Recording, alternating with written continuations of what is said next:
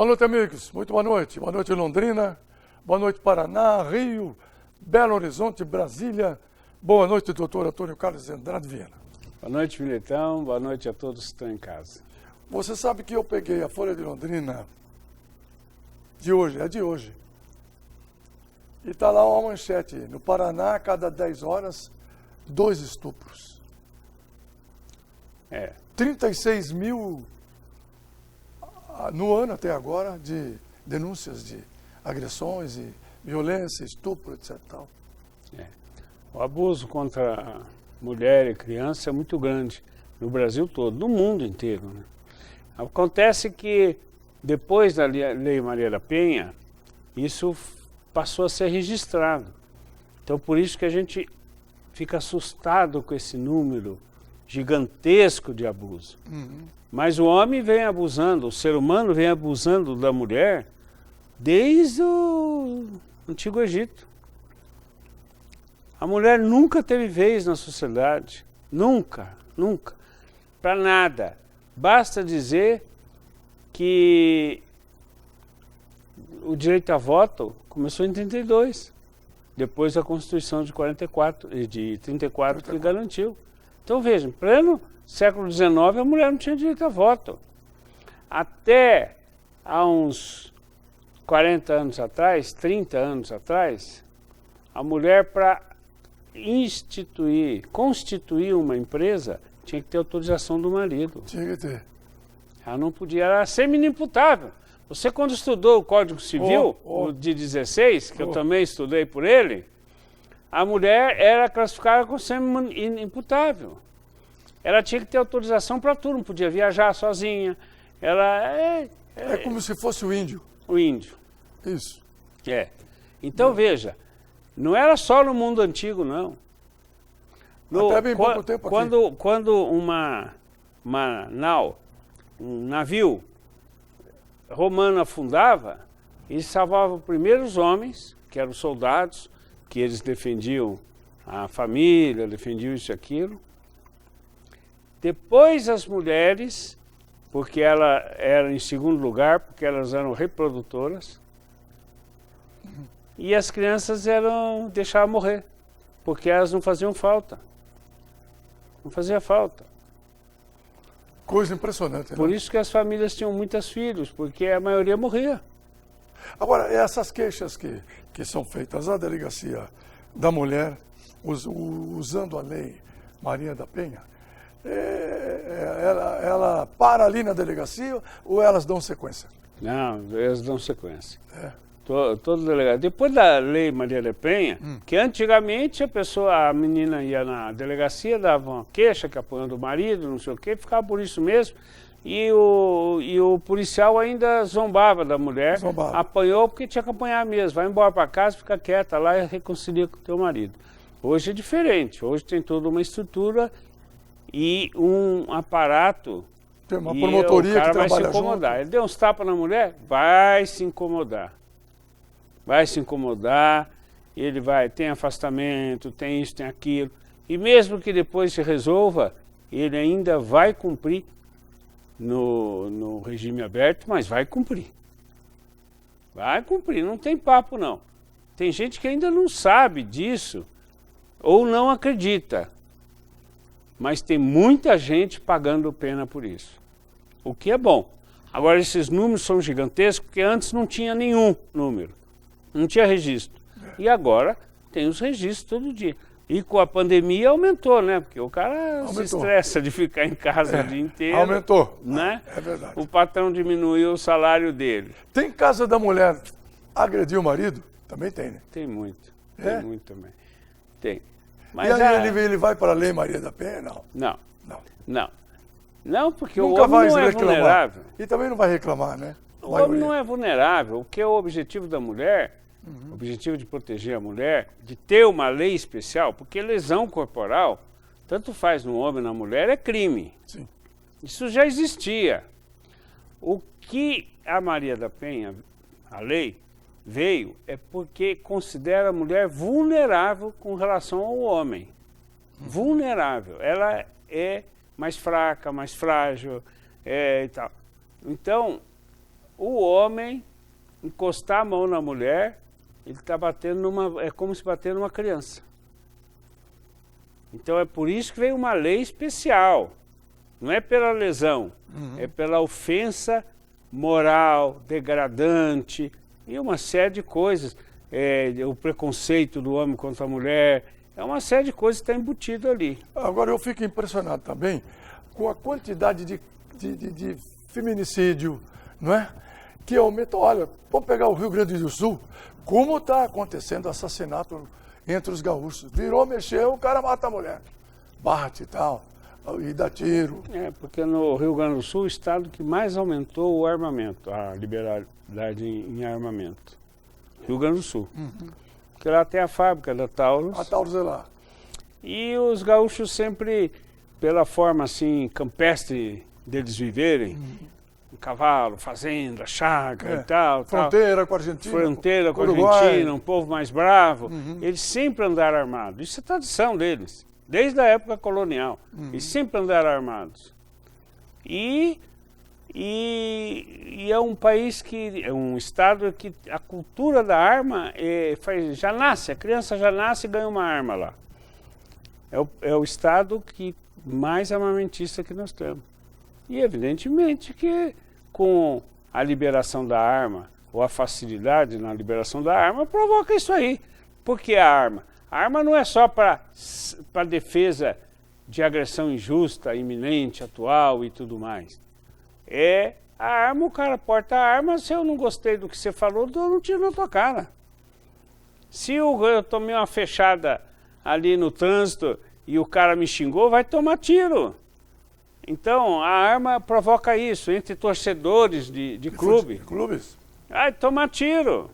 Entre família que se discute por questões econômicas ou questões morais dentro deles, lá dá tiro. Então, armar a população é um risco e um perigo muito grande. Que é o que está acontecendo. É o que está acontecendo. Aí, o Rio Grande do Sul é um exemplo. É um exemplo, não tem a menor dúvida. Agora, por outro lado, no mundo, como os muçulmanos têm usado a faca, né? Os palestinos têm usado, olha agora, em Viena, né? Hoje morreu mais um, mataram 4 em Paris, aquele ataque. Com faca. Com faca. E eu acho que eles têm o prazer de ver o cara sangrar, né? O ódio é tamanho, não é? Porque o cara tira de longe e sai correndo, então. Com a faca não, com a faca o cara parece que tem o prazer de ver o cara escorrer o sangue, parece vingança, parece o ódio extrapolado. É o chamado crime de sangue, né? Crime de sangue. Né? Então, e depois outra, a faca é o instrumento fabricado mais antigo do mundo para a morte. É verdade. Que era a espada e depois a faca. A espada para a guerra e a faca para usar na cidade. O uso diário. O uso diário. Então quem que não Punhal, faca. Quem que não pega numa faca todo dia? É verdade. Você comeu pão de manhã, você usou 2 facas. Uma vez o ex-prefeito Antônio Bellinati viajou para a Itália e levou uma delegação, até me convidou, mas eu não pude ir. Estava com uma gripe fortíssima e tal. O Marcelo Mille foi pela TV Coroados. E foi o João Milanês. O Milanês pegou o Marcelo e mais não sei quem, acho que o cinegrafista, que está aqui na Coroados, aí não sei. E foram almoçar num restaurante de Milão, italiano. Aí o Milanês brincou com o garçom, disse, olha, esse macarrão não tá bom. Rapaz, o garçom foi lá avisar o chefe, ó, o cara lá tá reclamando. Não é que o cara saiu, aí o cara mandou convidar o Milanês para ir ver ele fazer as massas. Aí ele foi, e o Milanês brincalhão, fala, pô, você disse que sabe cozinhar, isso que você faz eu também faço. Não é que o cara saiu correndo atrás do Milanês com a panela. Na verdade, o Marcelo presenciou isso. Na Itália, é isso? Na Itália, em Milão. Milão. Mexeu com a honra profissional dele. Você vê? Né? Quer dizer, olha o perigo que era. Né? Tá vendo? Se tivesse um revólver, ele dava um tiro no Milanês. Ele dava um tiro no Milanês. Né? Tem hora que você pode brincar e tem hora que não pode. A verdade é o seguinte, nós somos seres humanos e, como tal, somos imperfeitos. Temos nossas virtudes, Nós temos nossas imperfeições, queira ou não queira.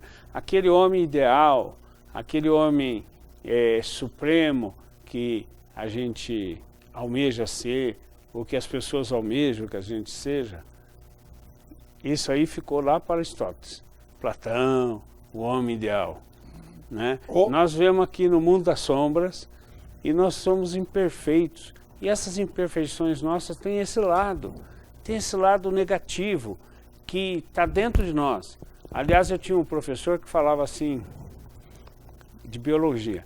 Ele falava que dentro de nós tem um gorila, que a gente mantém um gorila quietinho, mas de vez em quando o gorila salta para fora das caras. Quem que nunca perdeu a paciência por uma situação e depois se arrepende? Fala, eu perdi a cabeça. Não é que perdeu a cabeça, o gorila saiu. É aquilo que está lá dentro. E é exatamente isso. Dependendo da provocação, você reage como o gorila reagiria. É isso aí.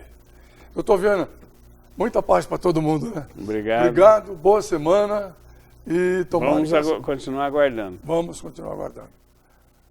Daqui a pouquinho, Marcelo Militão e seus convidados. A melhor experiência universitária eu encontrei aqui. A melhor aula remota com professores ao vivo eu encontrei aqui. E os melhores mentores eu encontrei aqui. E as melhores oportunidades eu encontrei aqui. E sabe por que a Unifil é melhor? É a melhor porque é melhor para você. Unifil, você já decidiu. Tem dias que a gente não encontra o que quer.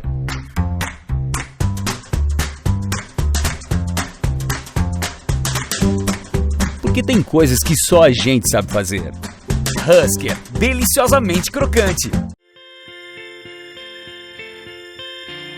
Temos uma excelente notícia para empresas enquadradas no Simples Nacional. Você pode recuperar seus créditos tributários. São várias as modalidades que englobam o Simples Nacional.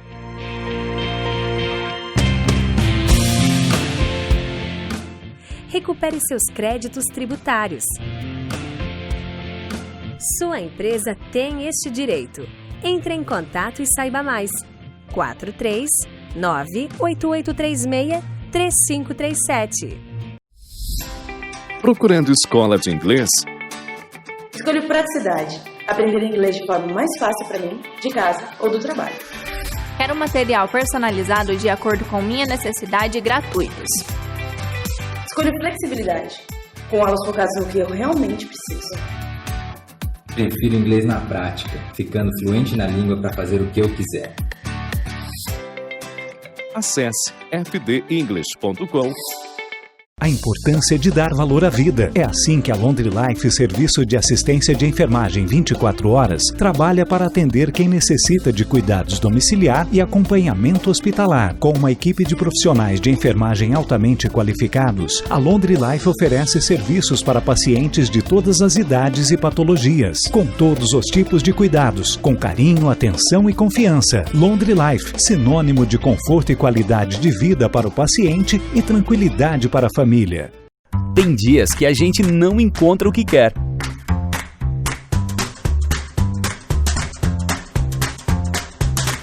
Porque tem coisas que só a gente sabe fazer. Husky, deliciosamente crocante. Muito bem, no programa Militão e Militão agora nós vamos conversar um pouco sobre a história da Secontel. Vamos falar um pouco disso.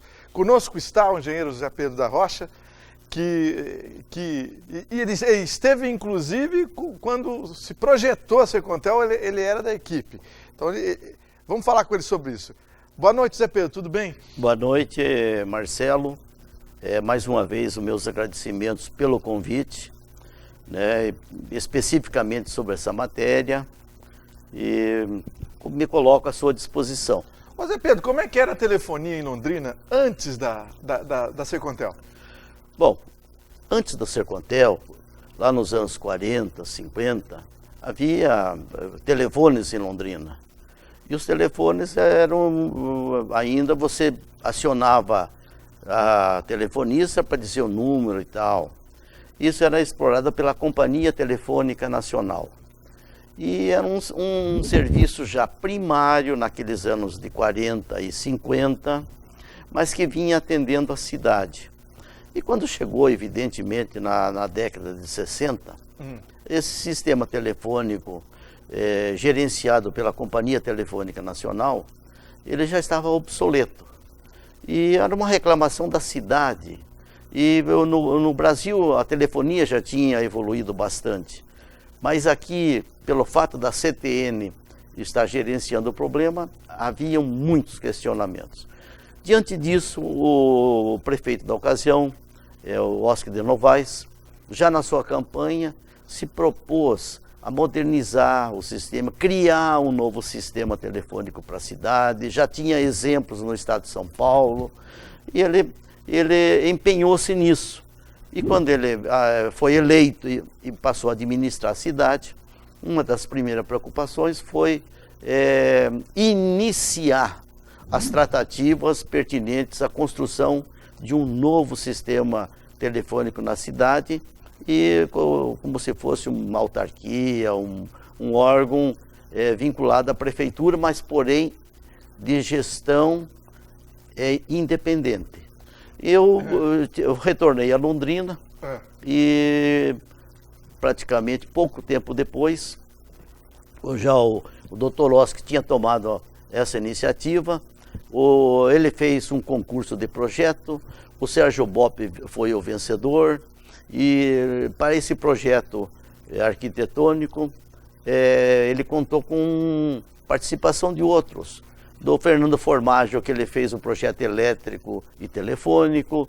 Eu pessoalmente fiz o projeto hidráulico sanitário, e o Bopp, juntamente com o Teru Matoba, que também assessorava o Bopp, fizeram todo o projeto arquitetônico do Sercontel, desse prédio que ainda existe ali na João Cândido, prédio antigo, mas naquela ocasião ultramoderno. E o Fernando Formaggio, que também foi um dos contratados primeiros pelo Sercontel, tendo o Dr. Teobaldo Navolar como presidente, iniciou-se toda a tratativa para a execução e modernização de um sistema telefônico próprio da cidade de Londrina. Quais as providências que o Oscar tomou para dar vida ao Sercontel? Bom, evidentemente, primeiro ele criou a autarquia, o Sercontel, né? Ele criou isso porque ele precisava de uma entidade jurídica para que fizesse isso. Criada a entidade jurídica, que teve como presidente o Dr. Teobaldo Cioff Napolar, que fora juiz de direito aqui em Londrina. Então, após a criação disso, deram as tratativas iniciais. Primeiro, a aquisição do terreno, foi designado o terreno. Segundo, fez-se um concurso para o projeto arquitetônico, e eu ingressei através das mãos do Sérgio Bopp, participando com o projeto hidráulico sanitário. Concluído isso, o Sérgio Bopp, a convite do presidente do Sercontel da ocasião, foi feita uma divulgação pública desse serviço, que estavam praticamente finalizados, e após isso, então que seriam tratadas digamos assim, as licitações específicas para a implantação propriamente dita do sistema telefônico. Primeiro foi a edificação. Esse passo foi dado pelo Sérgio Bopp. Posteriormente, foi a tratativa para execução propriamente da rede telefônica subterrânea, aérea, da central telefônica, e esse teve a cargo de uma firma de São Paulo, a La Casa e Pisão. Eles que ganharam a licitação. Eles que ganharam aquela licitação. Olha que interessante. E o Sercontel, o Zé Pedro, obteve recursos para tudo isso? Olha, certamente obteve, porque a prefeitura sempre foi carente de negócios. E eu tenho a impressão que o prefeito da ocasião, doutor Oscar de Novaes, evidentemente, somente com os recursos da prefeitura, não conseguiria fazer tamanha empreitada. Certamente valeu-se de Banco do Estado do Paraná, que na época era muito ativo, de outras entidades bancárias, talvez de uma verba federal para tanto, talvez de uma verba estadual para tanto. Eu acredito que ele sabia se conduzir nesse universo todinho para a consecução de recursos. Ele tinha uma imagem muito boa, era tido como um homem muito sério e ele tinha uma credibilidade muito grande. E já começaram vendendo telefone também? Sim, eu acredito que sim, começaram a vender telefônico já em seguida. Eu me lembro que o seu Edgar França, né, o pai de um amigo meu que estudou comigo grupo escolar e curso de admissão, Edgar França, eu me lembro que o seu França me procurou já em seguida para vender o telefone e eu comprei o telefone através do seu Edgar, embora ainda não existisse o sistema telefônico funcionando. Olha que interessante. Então eu acredito, veja só, porque a cidade depositou enorme esperança naquele propósito. E eu acho que a venda de telefone foi um sucesso em Londrina. Foi um sucesso. Porque as pessoas se motivaram e compraram. E o telefone, de certa forma, não era uma coisa assim onerosa demais. Certo. Não era onerosa. Eu acho que essa pergunta sua é muito pertinente, porque eu acho que o Sercontel, a partir do momento que iniciou-se a venda de telefone, ela conseguiu levantar recursos também. Entendi. E houve, na sua opinião, um período que o Sercontel era lucrativo? Sim. Eu me lembro quando participei da administração do José Richa, o Sercontel tinha muito dinheiro em caixa. Muito dinheiro. E os primeiros administradores do Sercontel, eles eram muito cientes, eles não gostavam de repassar a prefeitura, porque a prefeitura sempre teve problemas e sempre teve dificuldade de conseguir recursos. E os recursos estavam ali no Sercontel. Eu me lembro da administração José Richa, que quando assumiu, estavam as estradas rurais aí carentes de atendimento, precisava comprar pá carregadeira, moto niveladora, caminhões e tal, porque era uma reclamação total. E só tinha um local para pegar isso, era através do Sercontel. E quando alguém da própria equipe do Richa sugeriu, podemos... o João Gilberto dos Santos, que era o presidente, reagiu. Isso não vai pegar. Reagiu e assinou com a possibilidade de renunciar. E o ministro das Telecomunicações, Euclides Quante, teve que intervir. Nossa! E impediu. Impediu e o João Gilberto continuou. Mas eram 3 secretários que pediram demissão na mesma época. 2 acabaram saindo, porém o João Gilberto foi impedido pelo governo federal de deixar o Sercontel.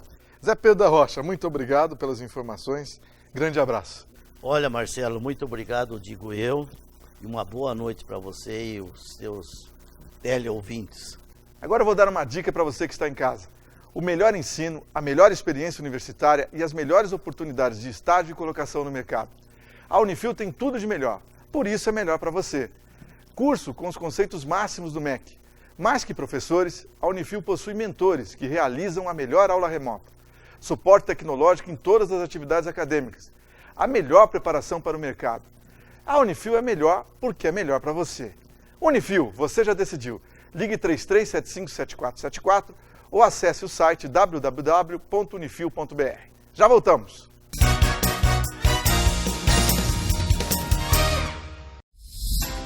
Procurando escola de inglês? Escolha Praticidade. Aprender inglês de forma mais fácil para mim, de casa ou do trabalho. Quero material personalizado de acordo com minha necessidade e gratuitos. Escolha Flexibilidade. Com aulas focadas no que eu realmente preciso. Prefiro inglês na prática, ficando fluente na língua para fazer o que eu quiser. Acesse fdenglish.com. Tem dias que a gente não encontra o que quer.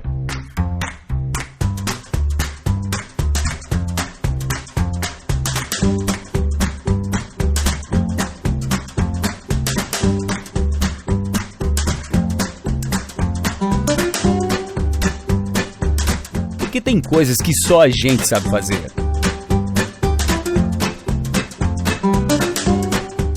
Husker, deliciosamente crocante.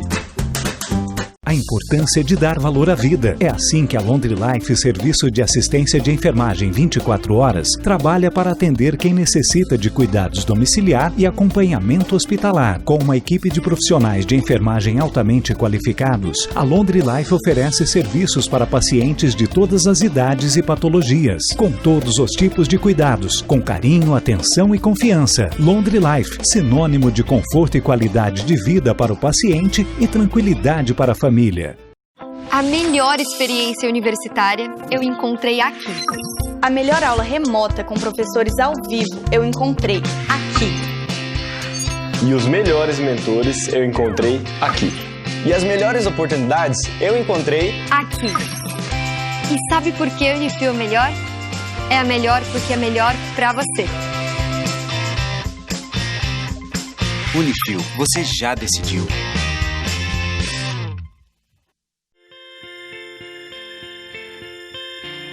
Temos uma excelente notícia para empresas enquadradas no Simples Nacional. Você pode recuperar seus créditos tributários. São várias as modalidades que englobam o Simples Nacional.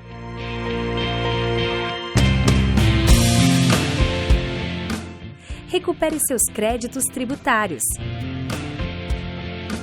Sua empresa tem este direito. Entre em contato e saiba mais. 439-8836-3537.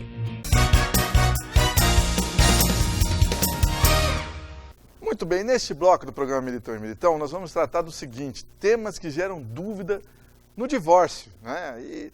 E que normalmente causam muita confusão. Conosco está o advogado Loriberto Vieira Gonçalves, que vai conversar com a gente sobre o tema. Antes de mais nada, boa noite, doutor Loriberto, tudo bem? Boa noite, Marcelo, mais uma vez obrigado pelo convite, boa noite a todos que nos assistem. Primeira coisa, quem fica com a guarda dos filhos menores de idade no caso do divórcio? No caso do divórcio, normalmente, a guarda, na grande maioria, quase que absoluta dos casos, a guarda recai sobre a mãe. Sobre a mãe. Né? Sobre a mãe. Isso é regra quase que geral. Entendi. Né? Mas tem possibilidade da guarda ficar com o pai? Em que situações, doutor Loriberto? A guarda pode ficar com o pai em algumas alternativas, mas são poucas. Primeiro, se houver um consenso entre as partes, às vezes a própria mãe, né, concorda que a guarda fique com o pai. E em casos que não fica com a mãe, outros em relação a litígio, alguma coisa nesse gênero, é quando a mãe tem uma vida desregrada ou não tem condições psicológicas. Aí ela tem algum problema de ordem psicológica que não dá condição dela cuidar dos filhos ou mantê-los, ou se ela tiver uma vida desregrada, for, por exemplo, usar drogas, alcoólatra enfim, e outras coisas mais aí nesse sentido. O juiz concede a guarda para o pai. Se for comprovado, tem que ser comprovado. Não é só falar não, só falar não, tem que comprovar. Entendi. Eu lembro que quando surgiu a guarda compartilhada, todo mundo falou, é a solução ideal para os casos de divórcio, né? E podia até ser imposta pelo juiz quando não havia consenso entre o casal. E agora, e hoje? O conceito é esse mesmo? Podia, em alguns casos, quando não havia uma briga muito grande, podia sim, em alguns casos, ser imposta pelo juiz a guarda compartilhada. Mas a guarda compartilhada, que, como você disse, pareceu ser uma coisa totalmente inovadora e muito, né, e imaginava-se que ia se solucionar tudo, mostrou-se que não é bem assim, né? E ao longo do tempo, mas também fala, não, podia ser imposta pelo juiz. Podia, mas em muitos dos casos, quando o juiz fazia isso, que não era a regra geral, o que acontecia? Efetivamente, a outra parte que se sentia prejudicada podia recorrer, né? E alterar, inclusive, essa decisão. Então, o fato de ser imposta, de fato, não era... Não quer dizer que seria permanente.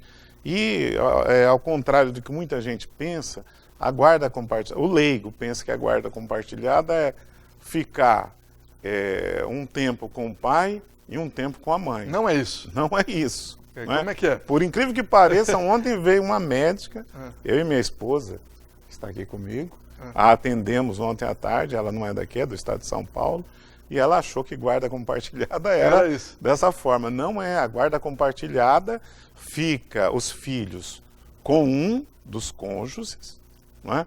Que normalmente, pasme você, na residência da mãe, certo. E aí o pai tem direito a gerir, a opinar em todas as decisões, né, com igual poder, inclusive não tem regramento de visitação, porque ele tem direito de ir e adentrar e vir a qualquer momento. Ou seja, a guarda compartilhada, se for usada, ela tem que ser utilizada por um casal que convive muito bem, que tem uma afinidade muito grande e que vive numa paz que, para mim, não se justificaria nem o divórcio, né? Porque, senão, se você vive tão bem, por que vai divorciar? Então, isso é muito raro. Aí a vida da mulher, na realidade, vai se transformar quase que no inferno. Você imagina, 21 horas da noite, ela sem esperar, e vem o marido lá, o ex-marido, né? Ex. E entra e tal, tudo. Então, é um negócio meio... hoje em dia, a guarda compartilhada, ela é usada em raríssimos casos, né? Quais outros tipos de guarda, doutor Loriberto? Primeiro, existe outros tipos de guarda? E quais são eles, né? Existe além da guarda compartilhada, né?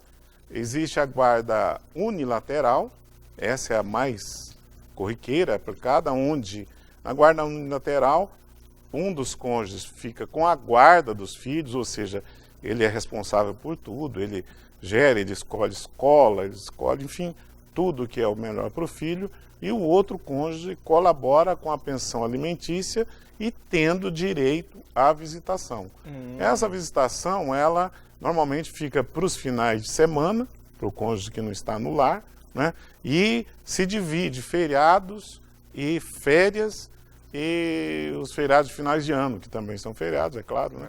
E pode, inclusive, ser alternados. Por exemplo, ficou o Natal comigo e o Ano Novo com um cônjuge, e o Ano Novo ficou com outro cônjuge. Aí no outro ano se inverte. Tal, tudo. Então, tudo agendado, tudo combinado. Tudo pré-combinado, inclusive vai na sentença. Né? Olha que interessante. E tem, aí você falou e tem a outra, que essa é unilateral, e tem a alternada, que muita gente confunde a alternada com a compartilhada, e não tem nada a ver. É o leigo normalmente, né? A pessoa que não acompanha o direito. E como é que é na alternada? A alternada é justamente aquilo, ficar um tempo com um e outro tempo com o outro. Então fica lá, por exemplo, pode ficar um mês com você e meses alternados. Fica um mês inteiro com o pai, aí no outro mês fica com a mãe. E vai indo assim. Pode ser um mês, 2, 3, 6 meses. 6 meses com um, 6 meses com o outro. Pode ser até de um dia. Aí vai do ajuste que o casal fizer, porque a alternada ela implica em que tenha realmente um consenso, né? Outra questão, outra dúvida do divórcio, agora falando de bens, né? No caso dos casamentos com separação parcial de bens, o que ocorre com os bens imóveis adquiridos antes do casamento? O que acontece, essa pergunta é muito interessante, Marcelo, porque na grande maioria das vezes, as pessoas, principalmente a mulher, vem no escritório imaginando que não, mas ele adquiriu antes, então eu não tenho direito nenhum a isso. Não é bem assim. O imóvel, não. Vou te dar um exemplo. Até fiz um exemplo aqui. João casa com Maria, no ano de 1998. Né? João, em 1998, adquire uma fazenda lá no interior de Tocantins. Pagou R$100 mil. Em 1999, ele casa com Maria. E a convence aí com ele, no próximo ano, no ano seguinte, em 2000, aí para morar nessa fazenda. Não tem nada lá. Aí lá eles constroem uma casa, começa a trabalhar, vai plantando, devagarinho consegue o financiamento, compra equipamento, vai abrindo, tudo a mulher ajudando. Para você ter ideia, ele nem teria ido sozinho. Né? Aí tá, ano 2000, ano 2019, a fazenda vale R$20 milhões, porque tem silos, tem maquinário, está toda aberta e plantando soja e milho.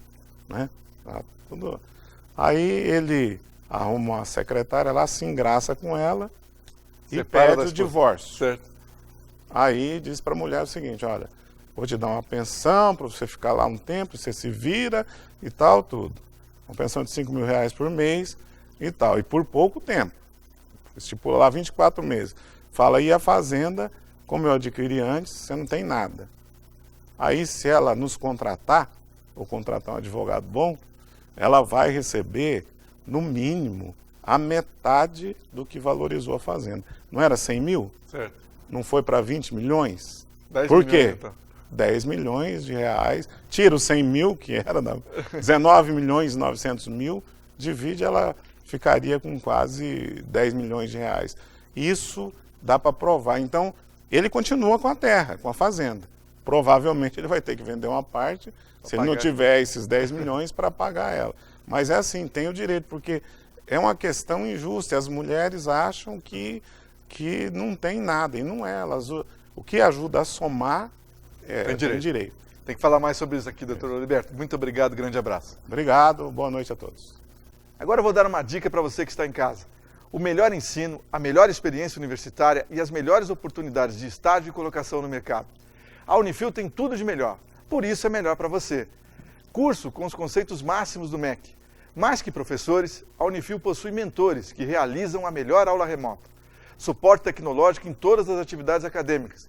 A melhor preparação para o mercado. A Unifil é melhor porque é melhor para você.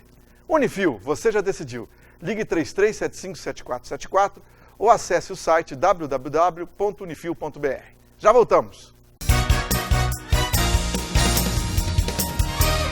A importância de dar valor à vida. É assim que a Laundry Life, serviço de assistência de enfermagem 24 horas, trabalha para atender quem necessita de cuidados domiciliar e acompanhamento hospitalar. Com uma equipe de profissionais de enfermagem altamente qualificados, a Laundry Life oferece serviços para pacientes de todas as idades e patologias, com todos os tipos de cuidados, com carinho, atenção e confiança. Laundry Life, sinônimo de conforto e qualidade de vida para o paciente e tranquilidade para a família.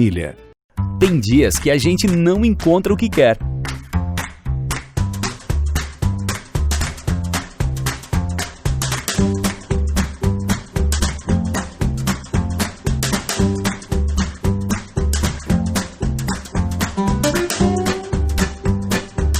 Porque tem coisas que só a gente sabe fazer.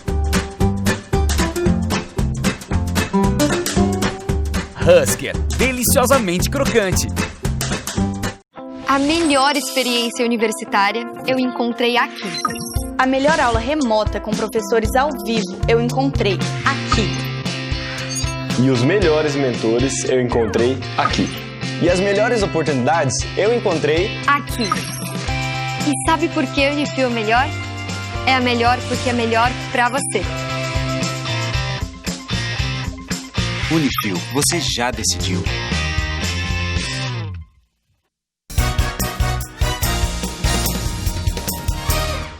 Vamos conversar um pouco agora no programa Militão e Militão sobre redução da jornada de trabalho e suspensão dos contratos, já que o governo federal prorrogou, né, por mais 60 dias. Né?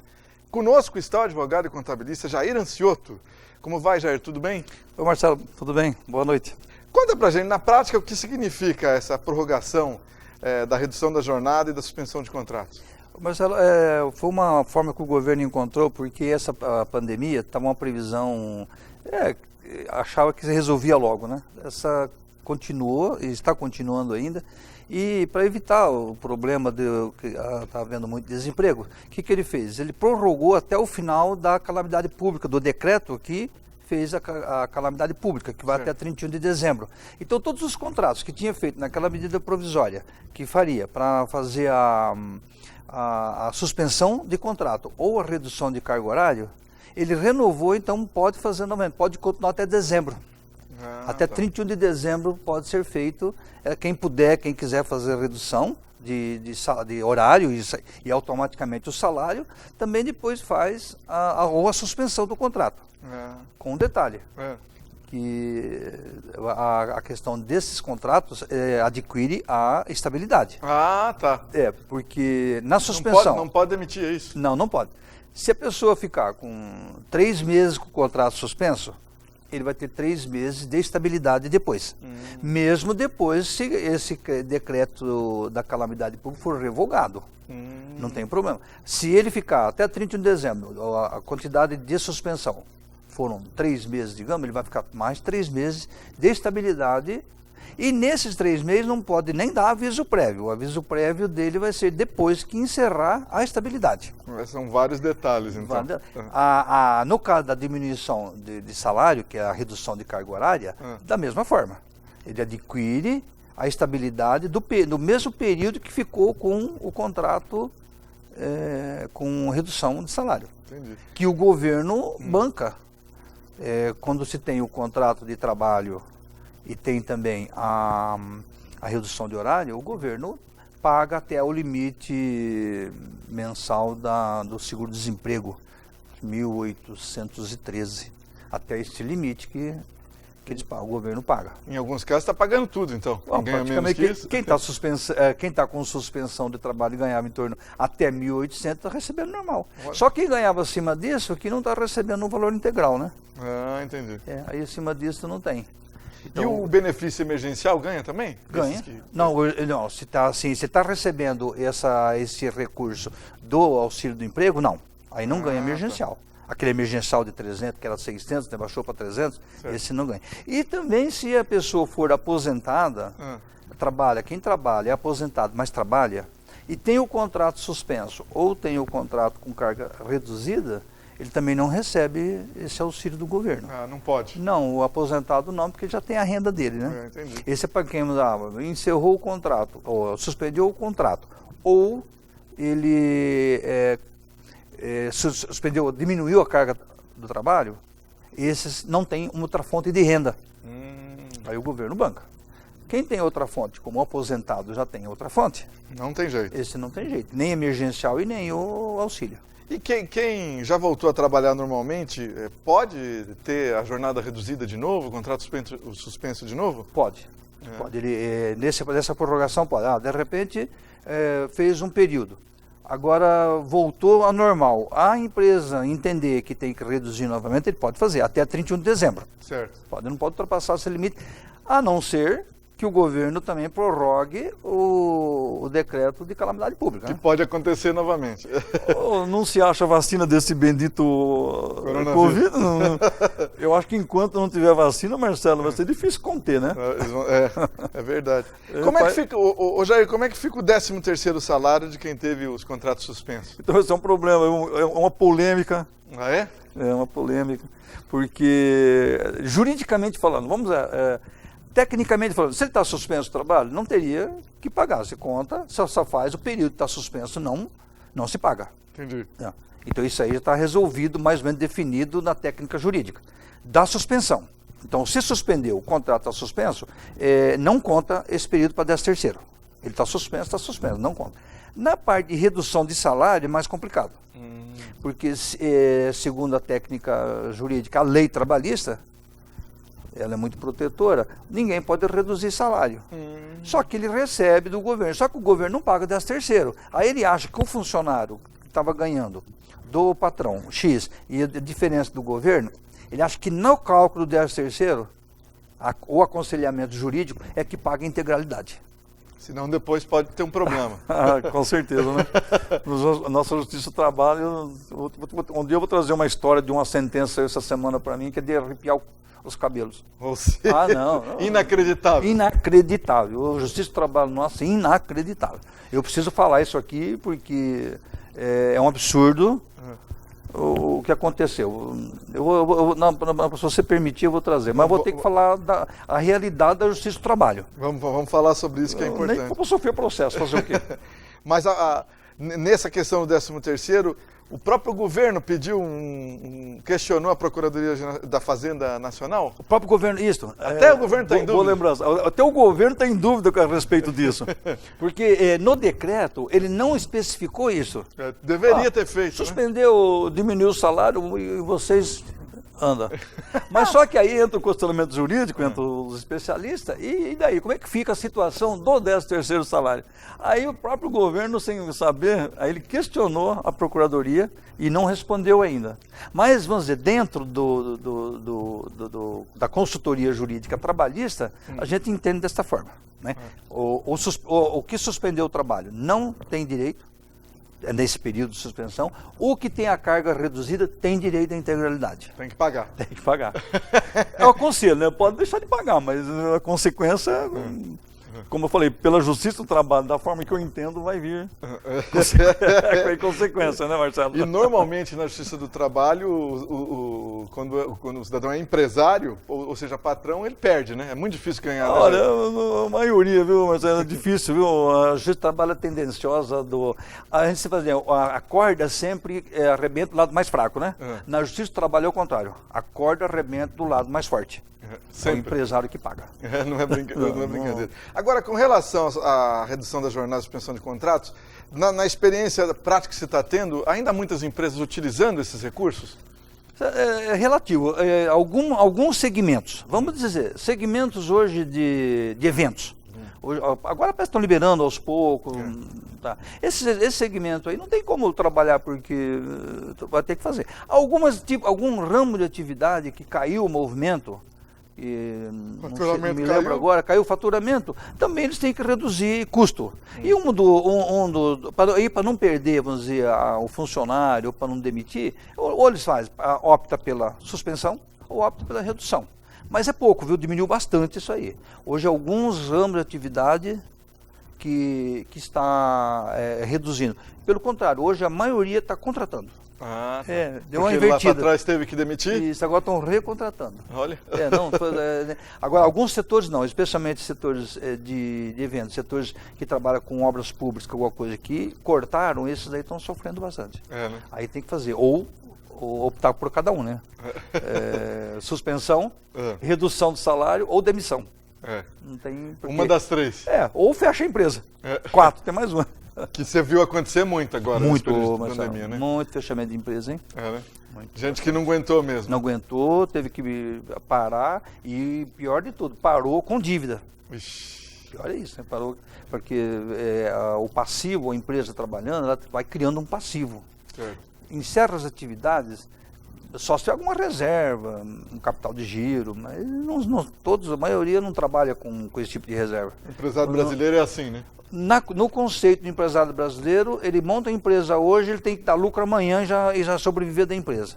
Na concepção hoje europeia e americana, a pessoa começa a pensar em lucro a partir do 3º ou 5 anos de existência da empresa. Olha, o brasileiro, ele monta a empresa hoje já para ganhar dinheiro e sobreviver dessa empresa hoje. Aí vem uma crise como essa para aguentar? Não tem reserva, não tem capital de giro, entra em banco, aí vira aquela bola de neve, chega um ponto que você está em ruína total e está em insolvência. Não é brincadeira. Não é brincadeira. E vou falar sobre isso depois na próxima também, além do seu trabalho. Eu quero falar também sobre essa questão de patrimônio, de sucessão e blindagem patrimonial. Exatamente nessa questão de crise. Opa, bacana. Tá bom, Marcelinho? Grande abraço. Grande abraço. Esperar que o Palmeiras melhore, né? Tem que melhorar, vamos torcer. Obrigado, Marcelo. Agora eu vou dar uma dica para você que está em casa. O melhor ensino, a melhor experiência universitária e as melhores oportunidades de estágio e colocação no mercado. A Unifil tem tudo de melhor, por isso é melhor para você. Curso com os conceitos máximos do MEC. Mais que professores, a Unifil possui mentores que realizam a melhor aula remota. Suporte tecnológico em todas as atividades acadêmicas. A melhor preparação para o mercado. A Unifil é melhor porque é melhor para você. Unifil, você já decidiu. Ligue 33757474 ou acesse o site www.unifil.br. Boa noite para todos!